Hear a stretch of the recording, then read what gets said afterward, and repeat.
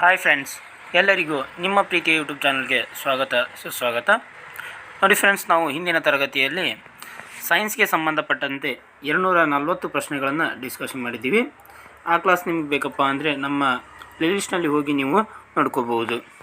241ನೇ ಪ್ರಶ್ನೆ, ಪರಮಾಣು ಸಿದ್ಧಾಂತವನ್ನು ಮಂಡಿಸಿದವರು ಡ್ಯಾಶ್. ಇದಕ್ಕೆ ಸರಿಯಾದ ಉತ್ತರ ನೋಡ್ತಾ ಬರೋದಾದರೆ ಜಾನ್ ಡಾಲ್ಟನ್ ಅವರು ಏನು ಮಾಡ್ತಾರಪ್ಪ ಅಂದರೆ ಪರಮಾಣು ಸಿದ್ಧಾಂತವನ್ನು 1808ರಲ್ಲಿ ಮಂಡಿಸ್ತಾರೆ. ಯಾರು? ಜಾನ್ ಡಾಲ್ಟನ್ ಅವರು. ಯಾವ ಸಿದ್ಧಾಂತ? ಪರಮಾಣು ಸಿದ್ಧಾಂತ. 242ನೇ ಪ್ರಶ್ನೆ, ಧಾತುಗಳ ಹೆಸರುಗಳನ್ನು, ಸಂಕೇತಗಳನ್ನು ಮತ್ತು ಘಟಕಾಂಶವನ್ನು ಅನುಮೋದಿಸುವ ಸಂಸ್ಥೆ ಯಾವುದು?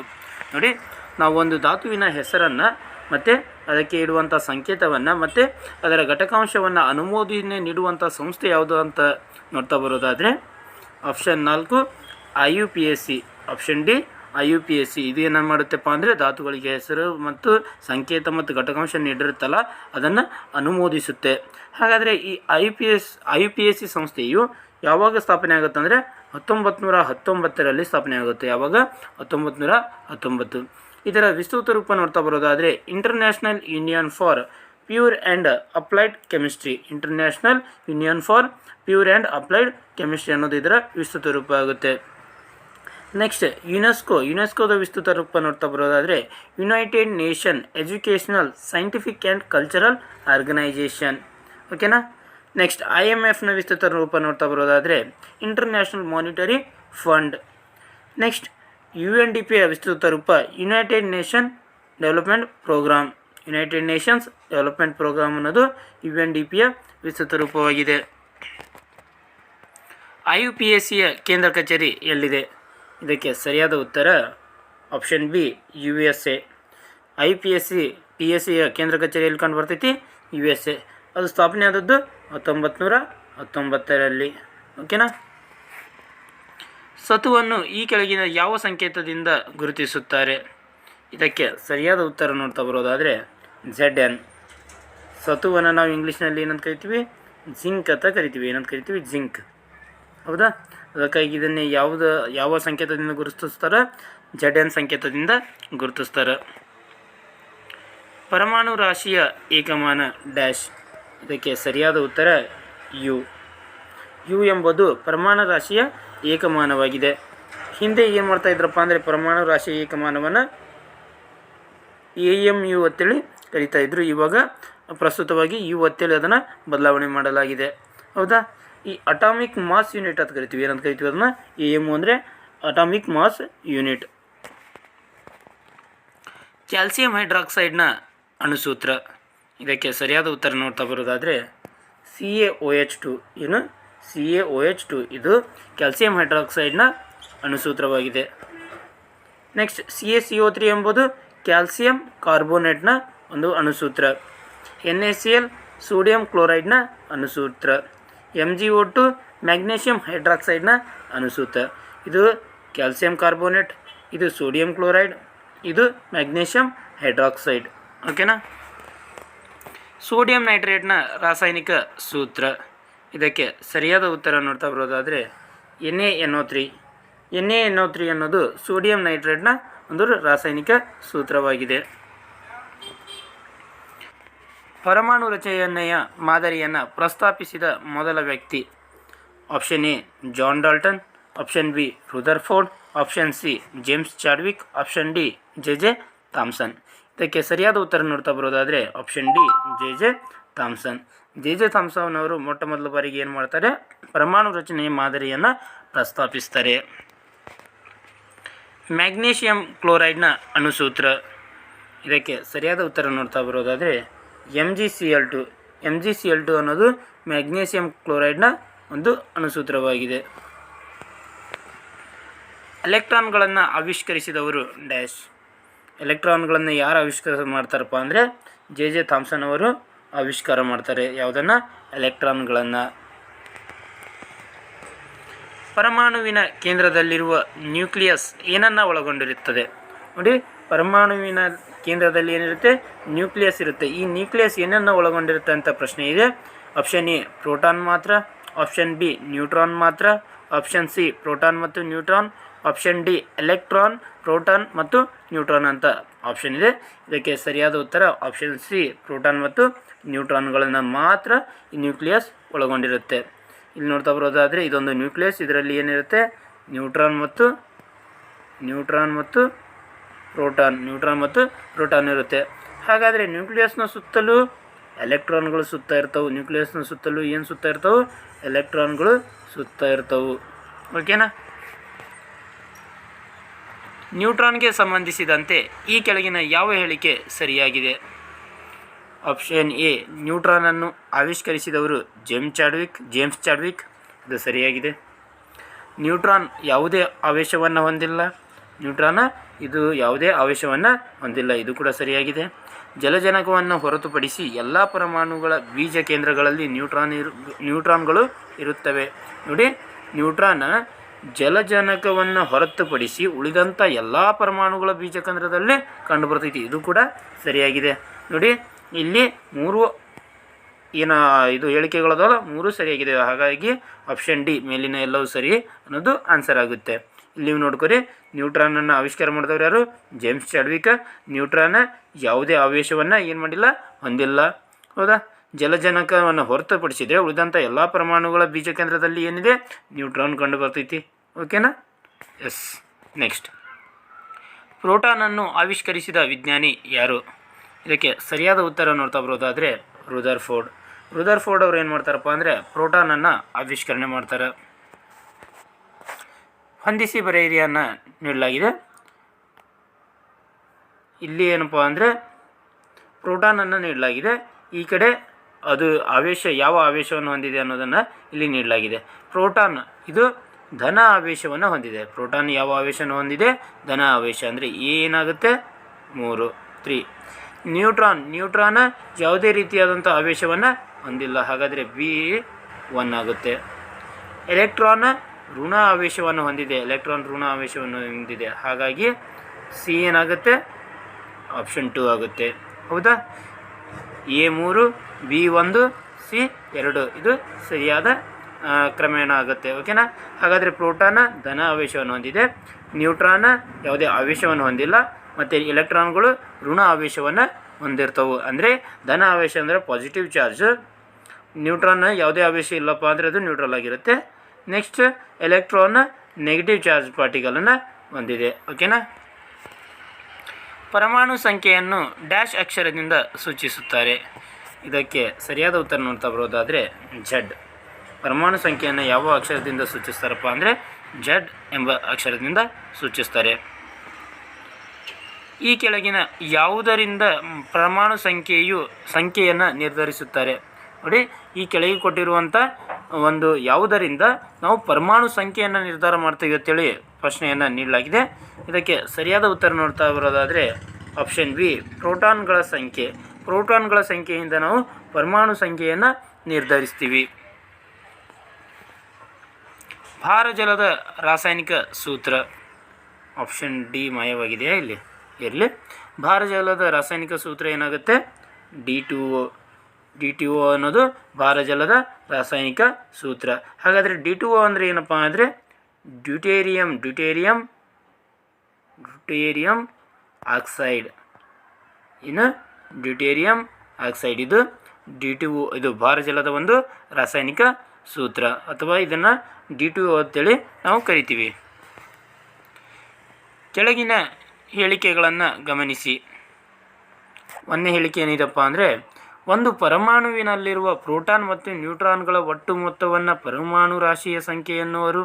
ನೋಡಿ, ಒಂದು ಪರಮಾಣುವಿನಲ್ಲಿ ಈ ನ್ಯೂಕ್ಲಿಯಸ್ ಇರುತ್ತಲ್ಲ, ಆ ಪರಮಾಣುವಿನಲ್ಲಿರುವಂಥ ನ್ಯೂಕ್ಲಿಯಸ್ನಲ್ಲಿ ಕಂಡುಬರುವಂಥ ಪ್ರೋಟಾನ್ ಮತ್ತು ನ್ಯೂಟ್ರಾನ್ಗಳ ಒಟ್ಟು ಮೊತ್ತವನ್ನು ನಾವೇನಂತ ಕರಿತೀವಿ? ಪರಮಾಣು ರಾಶಿ ಸಂಖ್ಯೆ ಅಂತ ಕರಿತೀವಿ. ಇದು ಸರಿಯಾಗಿದೆಯಾ? ಎಸ್, ಇದು ಸ್ಟೇಟ್ಮೆಂಟ್ ಕರೆಕ್ಟ್ ಆಗಿದೆ. ಸೆಕೆಂಡ್ ಸ್ಟೇಟ್ಮೆಂಟ್ ನೋಡ್ತಾ ಬರೋದಾದರೆ ಪರಮಾಣು ರಾಶಿ ಸಂಖ್ಯೆಯನ್ನು ಎ ಅಕ್ಷರದಿಂದ ಸೂಚಿಸುತ್ತಾರೆ. ಪರಮಾಣು ರಾಶಿ ಸಂಖ್ಯೆಯನ್ನು ಯಾವ ಅಕ್ಷರದಿಂದ ಸೂಚಿಸ್ತಾರೆ? ಎ. ಇದು ಸರಿಯಾಗಿದೆ. ಹಾಗಾದರೆ ಕೊಟ್ಟಿರುವಂಥ ಆಪ್ಷನ್ನಲ್ಲಿ ಯಾವುದು ಕರೆಕ್ಟ್ ಆಗುತ್ತೆ? ಆಪ್ಷನ್ ಡಿ, A ಮತ್ತು 1 ಮತ್ತು 2 ಸರಿ. ಇದು ಕರೆಕ್ಟ್ ಆಗುತ್ತೆ. ಓಕೆನಾ?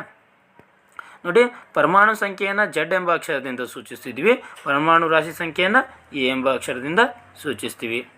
ನೆಕ್ಸ್ಟ್ ಈ ಪರಮಾಣು ಸಂಖ್ಯೆಯನ್ನು ಯಾವ ರೀತಿ ಗುರುತಿಸ್ತೀವಪ್ಪ ಅಂದ್ರೆ ನಾವು ಪ್ರೋಟಾನ್ಗಳ ಸಂಖ್ಯೆಯಿಂದ ನಿರ್ಧರಿಸ್ತೀವಿ. ಪರಮಾಣು ರಾಶಿ ಸಂಖ್ಯೆಯನ್ನು ಪ್ರೋಟಾನ್ ಮತ್ತು ನ್ಯೂಟ್ರಾನ್ಗಳ ಒಟ್ಟು ಮೊತ್ತದಿಂದ ನಾವು ನಿರ್ಧರಿಸ್ತೀವಿ. ವೇಲೆನ್ಸ್ ಎಲೆಕ್ಟ್ರಾನ್ ಎಂದರೆ ಡ್ಯಾಶ್.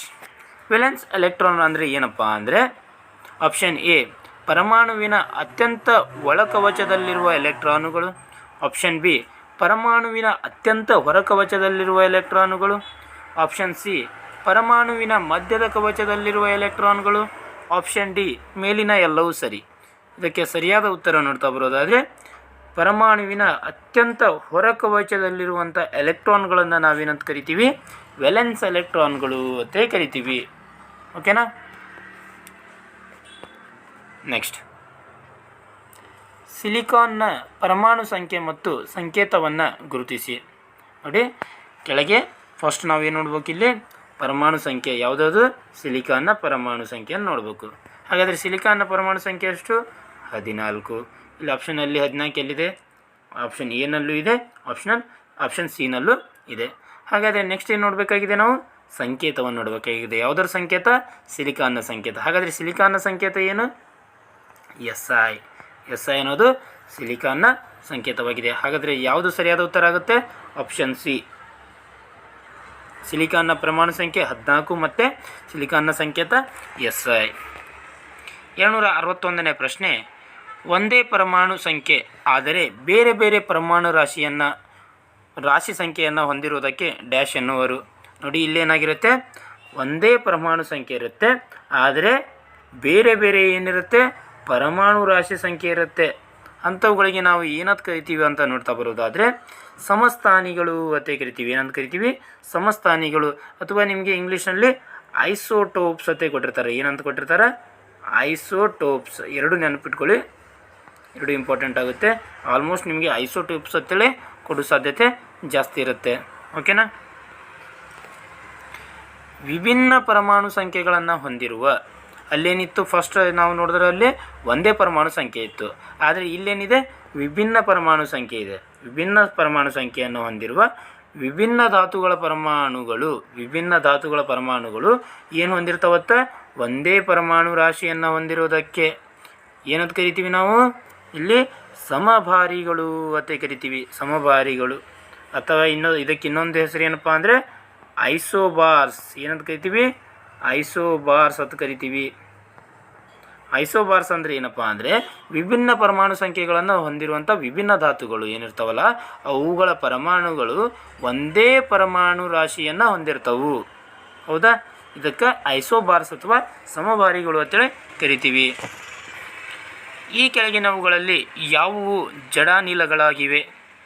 ಈ ಕೆಳಗೆ ಕೊಟ್ಟಿರುವವುಗಳಲ್ಲಿ ಯಾವುವು ಜಡಾನಿಲಗಳಾಗಿವೆ ಅಂತ ಪ್ರಶ್ನೆ ಇದೆ. ಇದಕ್ಕೆ ನಾವು ನೋಡ್ತಾ ಬರೋದಾದರೆ ಆಪ್ಷನ್ ಎ ಹೀಲಿಯಂ. ಹೀಲಿಯಂ ಒಂದು ಜಡಾನಿಲ. ನೆಕ್ಸ್ಟ್ ನಿಯಾನ್ ಅನ್ನೋದು ಕೂಡ ಜಡಾನಿಲ. ಆರ್ಗಾನ್ ಅನ್ನೋದು ಕೂಡ ಜಡಾನಿಲ. ಹೌದಾ? ಹಾಗಾದರೆ ಸರಿಯಾದ ಉತ್ತರ ಮೇಲಿನ ಎಲ್ಲವೂ ಸರಿ. ಓಕೆನಾ. ನೆಕ್ಸ್ಟ್, ಹಾಗಾದರೆ ಒಟ್ಟು ಎಷ್ಟು ಜಡಾನಿಲಗಳು ಕಂಡುಬರ್ತಾವೆ ಅಂತ ನೋಡ್ತಾ ಬರೋದಾದರೆ 6 ಜಡಾನಿಲಗಳು ಕಂಡುಬರ್ತವೆ. ಹೌದಾ? ಇವು 18th ಗ್ರೂಪ್ ಎಲಿಮೆಂಟ್. ಇವು 18th ಗ್ರೂಪ್ ಎಲಿಮೆಂಟ್ಗಳಾಗಿವೆ. ಇವುಗಳಿಗೆ ನಾವು ಏನಂತ ಕರಿತೀವಪ್ಪ ಅಂದರೆ ನೋಬೆಲ್ ಗ್ಯಾಸ್ ಅಂತ ಕರಿತೀವಿ. ಅಂದರೆ ಜಡಾನಿಲಗಳು ಆಯಿತು, ಇಂಗ್ಲೀಷ್ನಲ್ಲಿ ನೋಬೆಲ್ ಗ್ಯಾಸ್ ಅಂತ ಕರಿತೀವಿ. ಓಕೆನಾ. ನೆಕ್ಸ್ಟ್, ಈ 6 ಜಡಾನಿಲಗಳಲ್ಲಿ ಇಲ್ಲಿ 3 ನೋಡಿದ್ದೀವಿ ನಾವು, ಹೀಲಿಯಂ, ನಿಯಾನ್, ಆರ್ಗಾನ್. ಹಾಗಾದರೆ ಉಳಿದಂಥ 3 ಯಾವುದಪ್ಪ ಅಂದರೆ ಕ್ರಿಪ್ಟಾನ್, ಝೆನಾನ್ ಮತ್ತು ರೆಡಾನ್.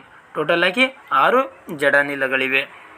ಇವು ಎಷ್ಟನೇ ಗುಂಪಿನಲ್ಲಿ ಕಂಡುಬರ್ತಾವೆ ಅಂದರೆ 18ನೇ ಗುಂಪಿನಲ್ಲಿ ಕಂಡುಬರ್ತವು. ಆವರ್ತ ಕೋಷ್ಟಕದ ಪಿತಾಮಹ ಎಂದು ಯಾರನ್ನು ಕರೆಯುತ್ತಾರೆ? ಇದಕ್ಕೆ ಸರಿಯಾದ ಉತ್ತರ ನೋಡ್ತಾ ಬರೋದಾದರೆ ಡೆಮಿಟ್ರಿ ಮೆಂಡಲೀವ್ ಅವರನ್ನು ಆವರ್ತ ಕೋಷ್ಟಕದ ಪಿತಾಮಹ ಅಂತೇಳಿ ಕರಿತೀವಿ. ಆಧುನಿಕ ಆವರ್ತ ಕೋಷ್ಟಕದ ಪಿತಾಮಹ ಡ್ಯಾಶ್. ಇದಕ್ಕೆ ಸರಿಯಾದ ಉತ್ತರ ನೋಡ್ತಾ ಬರೋದಾದರೆ ಹೆನ್ರಿ ಮಾಸ್ಲೆ. ನೋಡಿ, ಆವರ್ತ ಕೋಷ್ಟಕದ ಪಿತಾಮಹ ಡೆಮಿಟ್ರಿ ಮೆಂಡಲೀವ್ ಆದರೆ ಆಧುನಿಕ ಆವರ್ತ ಕೋಷ್ಟಕದ ಪಿತಾಮಹ ಹೆನ್ರಿ ಮಾಸ್ಲೆ. ಲ್ಯಾಂಥನೈಡ್ಗಳಲ್ಲಿ ಕಂಡುಬರುವ ಮೂಲ ವಸ್ತುಗಳ ಸಂಖ್ಯೆ ಎಷ್ಟು? ನೋಡಿ, ಲ್ಯಾಂಥನೈಡ್ಗಳಲ್ಲಿ ಒಟ್ಟು ಎಷ್ಟು ಮೂಲ ವಸ್ತುಗಳು ಕಂಡು ಬರ್ತಾವೆ ಅಂತ ನೋಡ್ತಾ ಬರೋದಾದರೆ 14 ಮೂಲ ವಸ್ತುಗಳು ಕಂಡು ಬರ್ತವೆ. ಎಷ್ಟು? 14 ಮೂಲ ವಸ್ತುಗಳು. ಅದೇ ರೀತಿಯಾಗಿ ನಾವು ಆಕ್ಟಿನೈಡ್ಗಳಲ್ಲಿ ನೋಡ್ತಾ ಬರೋದಾದರೆ ಅಲ್ಲಿ ಕೂಡ ಎಷ್ಟು ಕಂಡು ಬರ್ತವೆ? 14 ಮೂಲ ವಸ್ತುಗಳು ಕಂಡು ಬರ್ತವೆ. ಹೌದಾ? ಈ ಲ್ಯಾಂಥನೈಡ್ಗಳ ಪರಮಾಣು ಸಂಖ್ಯೆ ಎಲ್ಲಿಂದ ಎಲ್ಲಿ ತನಕ ಇರುತ್ತೆ ಅಂತ ನೋಡ್ತಾ ಬರೋದಾದರೆ 57ರಿಂದ 71ರವರೆಗೆ. 57ರಿಂದ 71ರವರೆಗೆ ಏನು ಪರಮಾಣು ಸಂಖ್ಯೆಗಳು ಇರ್ತಾವಲ್ಲ ಅವುಗಳನ್ನು ನಾವು ಲ್ಯಾಂಥನೈಡ್ಸ್ಗಳ ಅಂತ ಕರಿತೀವಿ. ಆಕ್ಟಿನೈಡ್ಗಳ ಪರಮಾಣು ಸಂಖ್ಯೆ ಡ್ಯಾಶ್ದಿಂದ ಡ್ಯಾಶ್ವರೆಗೆ ಕಂಡುಬರುತ್ತದೆ. ಇದಕ್ಕೆ ಸರಿಯಾದ ಉತ್ತರ ನೋಡ್ತಾ ಬರೋದಾದರೆ 89ರಿಂದ 103ರವರೆಗೆ ಏನು ಪರಮಾಣು ಸಂಖ್ಯೆ ಕಂಡು ಬರ್ತಾವಲ್ಲ ಇವುಗಳಿಗೆ ನಾವು ಆಕ್ಟಿನೈಡ್ಸ್ ಅಂತೇಳಿ ಕರಿತೀವಿ. ಹಾಗಾದರೆ 57ರಿಂದ 71ರವರೆಗೆ ಏನು ಪರಮಾಣು ಸಂಖ್ಯೆ ಕಂಡು ಬರ್ತಾವಲ್ಲ ಅವುಗಳಿಗೆ ಏನಂತ ಕರಿತೀವಿ? ನಾವು ಲ್ಯಾಂಥನೈಡ್ ಅಂತ ಕರಿತೀವಿ. ಏನಂತ ಕರಿತೀವಿ? ಲ್ಯಾಂಥನೈಡ್. ಟೋಟಲ್ 14 ಆಕ್ಟಿನೈಡು, 14 ಲ್ಯಾಂಥನೈಡ್ಗಳದವು. ತೂಕಕ್ಕೆ ಸಂಬಂಧಿಸಿದಂತೆ ಈ ಕೆಳಗಿನ ಯಾವ ಹೇಳಿಕೆ ಸರಿಯಾಗಿಲ್ಲ? ಆಪ್ಷನ್ ಎ, ತೂಕವು ಸ್ಥಳದಿಂದ ಸ್ಥಳಕ್ಕೆ ಬದಲಾಗುತ್ತದೆ. ಹೌದಾ? ಇದು ಸರಿಯಾಗಿದೆ ಹೇಳಿಕೆ. ತೂಕವು ಎಲ್ಲ ಪ್ರದೇಶದಲ್ಲಿ ಒಂದೇ ಆಗಿದೆ. ಇದು ತಪ್ಪಾಗಿದೆ. ತೂಕವು ಅದರ ಸ್ಥಳವನ್ನು ಅವಲಂಬಿಸಿದೆ. ಎಸ್, ಇದು ಕೂಡ ಸರಿಯಾಗಿದೆ. ಅಂದರೆ ಒಂದು ವಸ್ತುವನ್ನು ನೀವು ಯಾವ ಪ್ರದೇಶದಲ್ಲಿ ಒಯ್ತೀರಲ್ಲ ಆ ಪ್ರದೇಶದ ಮೇಲೆ ಅದು ಅದರ ತೂಕ ಅವಲಂಬನೆ ಆಗಿರುತ್ತೆ. ಮತ್ತು ತೂಕ ಒಂದು ಸ್ಥಳದಿಂದ ಮತ್ತೊಂದು ಸ್ಥಳಕ್ಕೆ ಬದಲಾಗುತ್ತೆ. ನೆಕ್ಸ್ಟ್, ತೂಕವು ರಾಶಿ ಮತ್ತು ಗುರುತ್ವ ವೇಗೋತ್ಕರ್ಷಗಳ ಗುಣಲಬ್ಧವಾಗಿದೆ. ಇದು ಕೂಡ ಸರಿಯಾಗಿದೆ. ಹಾಗಾದರೆ ಅವರು ಕೇಳಿರೋದೇನು? ಯಾವುದು ಸರಿಯಾಗಿಲ್ಲ ಅಂತ ಕೇಳಿದ್ದಾರೆ. ಆಪ್ಷನ್ ಬಿ ಇದಕ್ಕೆ ಸರಿಯಾದ ಉತ್ತರ ಆಗುತ್ತೆ. ಅಂದರೆ ಇದು ಸರಿಯಾಗಿಲ್ಲ. ಅವ್ರು ಕೇಳಿರೋದು ಯಾವುದು ಸರಿಯಾಗಿಲ್ಲ ಅಂತೇಳಿ. ಓಕೆನಾ? ನೆಕ್ಸ್ಟ್, ಭೂಮಿಯ ಮೇಲೆ ಒಂದು ವಸ್ತುವಿನ ರಾಶಿಯು 5 kg ಇದೆ. ಇಲ್ಲಿ ನೀವು ಕರೆಕ್ಟಾಗಿ ನೋಡ್ಕೋಬೇಕು. ಒಂದು ಭೂಮಿಯ ಮೇಲೆ ಒಂದು ವಸ್ತುವಿನ ರಾಶಿ ಎಷ್ಟಿದೆ? 5 kg ಇದೆ. ಹಾಗಾದರೆ ಚಂದ್ರನ ಮೇಲೆ ಆ ವಸ್ತುವಿನ ರಾಶಿ ಎಷ್ಟಿರುತ್ತದೆ? ನೋಡಿ, option A 5 kg, option B 10 kg, option C 50 kg, option D 1 kg. ಇದಕ್ಕೆ ಸರಿಯಾದ ಉತ್ತರ ನೋಡ್ತಾ ಬರೋದಾದರೆ 5 kg. ಎಷ್ಟು? 5 kg. ನೋಡಿ, ರಾಶಿ ಎಲ್ಲಿ ಹೋದರೂ ಕೂಡ ಬದಲಾಗಲ್ಲ. ರಾಶಿ ಎಲ್ಲ ಕಡೆ ಒಂದೇ ಇರ್ತೈತಿ. ರಾಶಿ ಏನಾಗಲ್ಲ, ಬದಲಾವಣೆ ಆಗಲ್ಲ. ಆದರೆ ತೂಕ ಏನಾಗ್ತೈತಿ? ಸ್ಥಳದಿಂದ ಸ್ಥಳಕ್ಕೆ ಬದಲಾಗ್ತೈತಿ. ಆದರೆ ರಾಶಿಯು ಸ್ಥಳದಿಂದ ಸ್ಥಳಕ್ಕೆ ಬದಲಾಗಲ್ಲ. ಓಕೆನಾ? ಹಾಲಿನ ಪರಿಶುದ್ಧತೆಯನ್ನು ಅಳೆಯಲು ಬಳಸುವ ಸಾಧನ. ಇದಕ್ಕೆ ಸರಿಯಾದ ಉತ್ತರ ಲ್ಯಾಕ್ಟೋಮೀಟರ್. ನಾವು ಹಾಲಿನ ಪರಿಶುದ್ಧತೆಯನ್ನು ಅಳೆಯಲು ಲ್ಯಾಕ್ಟೋಮೀಟರನ್ನು ಬಳಸ್ತೀವಿ. ಹಾಲಿನಲ್ಲಿ ಕಂಡುಬರುವ ಆಮ್ಲ ಡ್ಯಾಶ್. ಇದಕ್ಕೆ ಸರಿಯಾದ ಉತ್ತರ ನೋಡ್ತಾ ಬರೋದಾದರೆ ಲ್ಯಾಕ್ಟಿಕ್ ಆಮ್ಲ. ಹಾಲಿನಲ್ಲಿ ಯಾವುದು ಆಮ್ಲ ಕಂಡು ಬರ್ತೈತಿ? ಲ್ಯಾಕ್ಟಿಕ್ ಆಮ್ಲ ಕಂಡು ಬರ್ತೈತಿ. ಆಮ್ಲಮಳೆಯ pH ಮೌಲ್ಯ. ಆಮ್ಲಮಳೆಯ pH ಮೌಲ್ಯ ನಾವು ನೋಡ್ತಾ ಬರೋದಾದರೆ 5.6ಕ್ಕಿಂತ ಕಡಿಮೆ. 5.6ಕ್ಕಿಂತ pH ಮೌಲ್ಯ ಕಡಿಮೆ ಇತ್ತಪ್ಪ ಅಂದ್ರೆ ಅಂಥ ಮಳೆಗೆ ನಾವೇನಂತ ಕರಿತೀವಿ? ಆಮ್ಲಮಳೆ ಅಂತೇಳಿ ಕರಿತೀವಿ. 7 ಅನ್ನೋದು ಇದು ತಟಸ್ಥ. ಹೌದಾ? 8.6 ಅನ್ನೋದು ಇದು ಏನಪ್ಪ ಅಂದರೆ 8.6ಕ್ಕಿಂತ ಹೆಚ್ಚು ಅಥವಾ 7ಕ್ಕಿಂತ ಹೆಚ್ಚು ಇದು ಏನಪ್ಪ ಅಂದರೆ ಪ್ರತ್ಯಾಮ್ಲ. ನೋಡಿ, ಆಮ್ಲದ pH ವ್ಯಾಲ್ಯೂ ಎಲ್ಲಿಂದ ಎಲ್ಲಿ ತನಕ ಇರುತ್ತಪ್ಪ ಅಂದರೆ 0ದಿಂದ ಸ್ಟಾರ್ಟ್ ಆಗಿ 7ರ ಕೆಳಗಿರುತ್ತೆ. ಹೌದಾ? 7ಕ್ಕಿಂತ ಕಡಿಮೆ ಇರುತ್ತೆ. ಹೌದಾ? 7 ಇರೋದು ಇದು ತಟಸ್ಥ. ನೆಕ್ಸ್ಟ್ 7ಕ್ಕಿಂತ ಹೆಚ್ಚಿರೋದು ಅವೇನು ಪ್ರತ್ಯಾಮ್ಲಗಳಾಗಿರ್ತವೆ. ಓಕೆನಾ? ಕೆಲಸದ SI ಮಾನ. Option A newton metre, option B watt, option C joule, option D A ಮತ್ತು ಸಿ. ಇದಕ್ಕೆ ಸರಿಯಾದ ಉತ್ತರ ನೋಡ್ತಾ ಬರೋದಾದರೆ ಆಪ್ಷನ್ ಡಿ ಎ ಮತ್ತು ಸಿ ಕರೆಕ್ಟ್ ಆನ್ಸರ್ ಆಗುತ್ತೆ. ಯಾಕಪ್ಪ ಅಂದರೆ ಕೆಲಸದ SI ಮಾನವನ್ನು ನಾವು ನ್ಯೂಟನ್ ಮೀಟರ್ ಹತ್ತು ಕೂಡ ಕರಿತೀವಿ. ನೆಕ್ಸ್ಟ್ ಜೂಲ್ ಹತ್ತು ಕೂಡ ಕರಿತೀವಿ. ಶಕ್ತಿಯ ಅಂತಾರಾಷ್ಟ್ರೀಯ ಏಕಮಾನವನ್ನು ಕೇಳಲಾಗಿದೆ. ಇದಕ್ಕೆ ಸರಿಯಾದ ಉತ್ತರ ಜೂಲ್.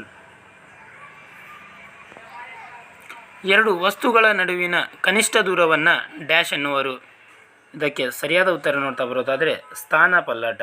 ನೋಡಿ, 2 ವಸ್ತುಗಳ ನಡುವಿನ ಕನಿಷ್ಠ ದೂರವನ್ನು ನಾವು ಸ್ಥಾನ ಪಲ್ಲಟ ಅಂತೇಳಿ ಕರಿತೀವಿ. ಡೈನಮೋ ಅನ್ನು ಕಂಡುಹಿಡಿದವರು ಯಾರು? Option A Newton, option B Alexander Fleming, option C Galileo Galilei, option D Michael Faraday. ಇದಕ್ಕೆ ಸರಿಯಾದ ಉತ್ತರ ಮೈಕಲ್ ಫ್ಯಾರಡೆ. ಮೈಕಲ್ ಫ್ಯಾರಡೆ ಅವರು ಏನು ಮಾಡ್ತಾರಪ್ಪ ಅಂದರೆ ಡೈನಮೋವನ್ನು ಕಂಡುಹಿಡಿತಾರೆ. ಓಕೆನಾ. ನ್ಯೂಟನ್ ಅವರು ಏನು ವಿಜ್ಞಾನಕ್ಕೆ ಏನು ಕೊಡುಗೆ ನೀಡಿರಪ್ಪ ಅಂದರೆ ಚಲನೆಯ 3 ನಿಯಮಗಳನ್ನು ನೀಡಿದ್ದಾರೆ. ನ್ಯೂಟನ್ ಗುರುತ್ವಾಕರ್ಷಣೆಯ ನಿಯಮವನ್ನು ನೀಡಿದ್ದಾರೆ. ನೆಕ್ಸ್ಟ್ ಅಲೆಕ್ಸಾಂಡರ್ ಫ್ಲೆಮಿಂಗ್ ಅವರು ಪೆನ್ಸಿಲಿನನ್ನು ಕಂಡುಹಿಡಿದಿದ್ದಾರೆ. ಪೆನ್ಸಿಲಿನನ್ನು ಕಂಡುಹಿಡಿದಿದ್ದಾರೆ. ನೆಕ್ಸ್ಟ್ ಗೆಲಿಲಿಯೋ ಅವರು ದೂರದರ್ಶಕವನ್ನು ಕಂಡುಹಿಡಿದಿದ್ದಾರೆ. ಯಾವುದು? ದೂರದರ್ಶಕ ಅಂದರೆ ಟೆಲಿಸ್ಕೋಪ್. ಅದೇ ರೀತಿಯಾಗಿ ಗೆಲಿಲಿಯೋ ಅವರು ಗುರುಗ್ರಹಕ್ಕೆ 4 ಉಪಗ್ರಹಗಳನ್ನು ಕಂಡುಹಿಡಿದಿದ್ದಾರೆ. ಆ 4 ಉಪಗ್ರಹಗಳು ಯಾವಪ್ಪ ಅಂದರೆ ಒಂದು ಗ್ಯಾನಿಮೇಡ. ಆ ಗ್ಯಾನಿಮೇಡ ಉಪಗ್ರಹವು ಸೌರಮಂಡಲದಲ್ಲಿ ಅತಿ ದೊಡ್ಡ ಉಪಗ್ರಹ. 2ನೇದ್ದು ಅಯೋ, 3ನೇದ್ದು ಯುರೋಪ್, 4ನೇದ್ದು ಕ್ಯಾಲಿಸ್ಟೋ ಎಂಬ 4 ಉಪಗ್ರಹಗಳನ್ನು ಕಂಡುಹಿಡಿದಿದ್ದಾರೆ. ಆ 4 ಉಪಗ್ರಹಗಳು ಗುರುಗ್ರಹದ ಉಪಗ್ರಹಗಳು. ಆ 4 ಉಪಗ್ರಹಗಳಿಗೆ ಏನಂತ ಕರಿತೀವಿ? ಗೆಲಿಲಿಯೋ ಉಪಗ್ರಹಗಳು ಅಂತ ಕರಿತೀವಿ.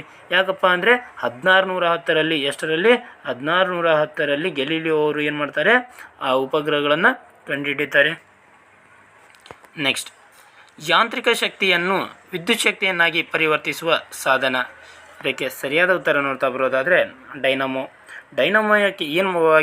ಏನು ಕೆಲಸ ಮಾಡ್ತೈತಪ್ಪ ಅಂದರೆ ಇದು ಯಾಂತ್ರಿಕ ಶಕ್ತಿಯನ್ನು ವಿದ್ಯುತ್ ಶಕ್ತಿಯನ್ನಾಗಿ ಪರಿವರ್ತಿಸ್ತೈತಿ.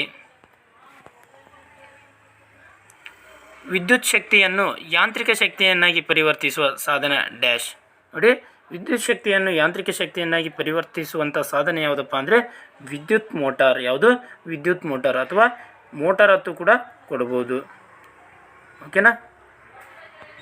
ನೆಕ್ಸ್ಟ್ ಶಬ್ದದ SI ಏಕಮಾನ. ಇದಕ್ಕೆ ಸರಿಯಾದ ಉತ್ತರ ನೋಡ್ತಾ ಬರೋದಾದರೆ ಡೆಸಿಬಲ್. ಹೌದಾ? ಡೆಸಿಬಲ್ ಅನ್ನೋದು ಶಬ್ದದ SI ಏಕಮಾನ. ಇದನ್ನು ನಾವು dB ಅಂತೇಳಿ ಈ ರೀತಿಯಾಗಿ ನಾವು ಈ ಸಂಕೇತದಿಂದ ಗುರುತಿಸ್ತೀವಿ. ಶಬ್ದದ ಉತ್ಪಾದನೆಯ ಕುರಿತು ಅಧ್ಯಯನ ಮಾಡುವುದಕ್ಕೆ ಡ್ಯಾಶ್ ಎನ್ನುವರು.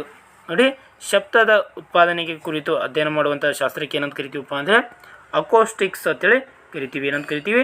ಅಕೋಸ್ಟಿಕ್ಸ್. ಹಾಗಾದರೆ ಪೆಡಾಲಜಿ ಅನ್ನೋದು ಇದು ಮಣ್ಣಿನ ಕುರಿತು ಅಧ್ಯಯನ ಮಾಡುವಂಥ ಶಾಸ್ತ್ರ. ಯಾವುದರ ಕುರಿತು ಅಧ್ಯಯನ ಮಾಡುವಂಥ ಶಾಸ್ತ್ರ? ಮಣ್ಣಿನ ಕುರಿತು ಅಧ್ಯಯನ ಮಾಡುವಂಥ ಶಾಸ್ತ್ರಕ್ಕೆ ಏನಂತ ಕರಿತೀವಿ? ಪೆಡಾಲಜಿ ಅಂತ ಕರಿತೀವಿ. ಹಾಗಾದರೆ ಪ್ರತಿ ವರ್ಷ ನಾವು ವಿಶ್ವ ಮಣ್ಣಿನ ದಿನವನ್ನು ಡಿಸೆಂಬರ್ 5ರಂದು ಆಚರಣೆ ಮಾಡ್ತೀವಿ. ಯಾವಾಗ ಆಚರಣೆ ಮಾಡ್ತೀವಿ? ಡಿಸೆಂಬರ್ 5. ಮಣ್ಣಿನಲ್ಲಿ ಒಂದು ಆಮ್ಲ ಕಂಡು ಬರ್ತೈತಿ. ಯಾವ ಆಮ್ಲ? ಹ್ಯೂಮಿಕ್ ಆಮ್ಲ ಕಂಡು ಬರ್ತೈತಿ. ಯಾವ ಆಮ್ಲ ಕಂಡು ಬರ್ತೈತಿ ಮಣ್ಣಿನಲ್ಲಿ? ಹ್ಯೂಮಿಕ್ ಆಮ್ಲ ಕಂಡು ಬರ್ತೈತಿ. ಓಕೆನಾ. ನೆಕ್ಸ್ಟ್ ಪೆಟ್ರೋಲಜಿ ಎಂಬುದು ಏನಪ್ಪ ಅಂದರೆ ಶಿಲೆಗಳ ಕುರಿತು ಅಧ್ಯಯನ ಮಾಡುವಂಥ ಶಾಸ್ತ್ರ. ಯಾವುದರ ಕುರಿತು? ಶಿಲೆಗಳ ಕುರಿತು ಅಧ್ಯಯನ ಮಾಡುವಂಥ ಶಾಸ್ತ್ರವಾಗಿದೆ. ಓಕೆನಾ. ಇದಿಷ್ಟು ಏನಾಗಿತ್ತಪ್ಪ ಅಂದರೆ ವಿಜ್ಞಾನಕ್ಕೆ ಸಂಬಂಧಪಟ್ಟಂಥ ಇಂಪಾರ್ಟೆಂಟ್ ಕ್ವಶನ್ಸ್ಗಳ ಕ್ಲಾಸ್ ಆಗಿತ್ತು. ಇದೇ ರೀತಿಯ ಇನ್ನಿತರ ತರಗತಿಗಳಿಗಾಗಿ ನಮ್ಮ ಚಾನಲನ್ನು ಸಬ್ಸ್ಕ್ರೈಬ್ ಮಾಡ್ಕೊಳ್ಳಿ. ಧನ್ಯವಾದಗಳು.